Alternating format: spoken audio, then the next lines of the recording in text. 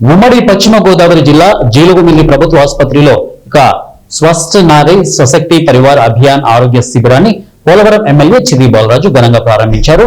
ఈ సందర్భంగా ఆయన ప్రతిజ్ఞ చేసి కార్యక్రమానికి శ్రీకారం చుట్టారు.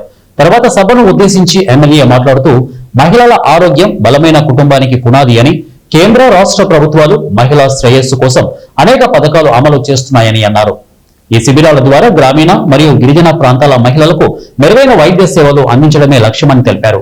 ఈ కార్యక్రమంలో జనసేన మండల అధ్యక్షుడు పసుపులేటి రాము, టీడీపీ మండల అధ్యక్షుడు సుంకవల్లి సాయి, బీజేపీ మండల అధ్యక్షుడు గుడ్ల రాంబాబు, బీజేపీ జిల్లా నాయకులు చాట్రాతి ప్రసాద్, కొండపల్లి ప్రసాద్ తదితరులు కూటమి నాయకులు ఈ కార్యక్రమంలో పాల్గొన్నారు.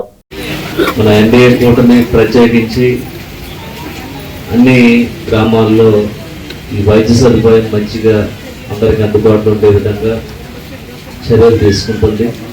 ఆ చర్యల్లోనే భాగంగా ఈరోజు ఈ మంచి కార్యక్రమం నారీ స్వస్తిక్ అనేటువంటి కార్యక్రమానికి ఏర్పాటు చేసి, ముఖ్యంగా మహిళల్లో అనేకమైన సమస్యలతో బాధపడుతున్నారు. బయటకు చెప్పలేనటువంటి పరిస్థితుల్లో వారిని ఇబ్బందులు లేకుండా, అలాగే చదువుకున్నటువంటి విద్యార్థుల్లో రక్తహీనత, బలహీనత ఇలాంటి వాటి అన్నింటినీ కూడా గుర్తించి వాటికి మంచి మంచి మెడిసిన్స్ ఇచ్చి ఫ్రీ టెస్టులు ఇచ్చే విధంగా ఈరోజు ఈ కార్యక్రమం ఏర్పాటు చేశారు.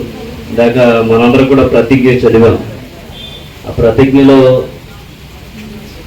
మనందరం ఆ ప్రతిజ్ఞని ప్రతి ఒక్కరు కూడా తెలిసే విధంగా ప్రతి గ్రామాల్లో వైద్య సదుపాయం అందక అనేక గ్రామాల్లో గత ప్రభుత్వాలు నిర్వీర్యం వల్ల ఉన్నటువంటి పరిస్థితుల్లో ఈరోజు ప్రతి గ్రామంలో సరైన వైద్య సదుపాయం అందించే విధంగా ఈరోజు ఎన్ని కూటమి చర్యలు తీసుకుంటుంది.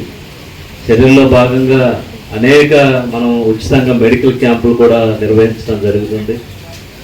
ప్రైవేట్ హాస్పిటల్స్ కానీ మన హాస్పిటల్ నుంచి కూడా గిరిజన గూడెల్లో మంచి మంచి టెస్టులు చేసి, ఆ టెస్టులు అనేక వేల రూపాయలతో కూడినటువంటి టెస్టులు చేపించి దానికి మెరుగైన వైద్య సదుపాయం అందించే విధంగా మనం చర్యలు తీసుకుంటున్నాం. అలాగే ఉచితంగా మనం అనేక చోట్ల కూడా మెడిసిన్ క్యాంపెయిన్ కూడా ఏర్పాటు చేసి, అలాగే బ్లడ్స్ కూడా అనేక కార్యక్రమాల్లో బ్లడ్స్ కూడా తీసుకొని, అలాగే నిరుపేదలకి మన తరఫున బ్లడ్స్ అందించడం, ఇలాంటి అనేక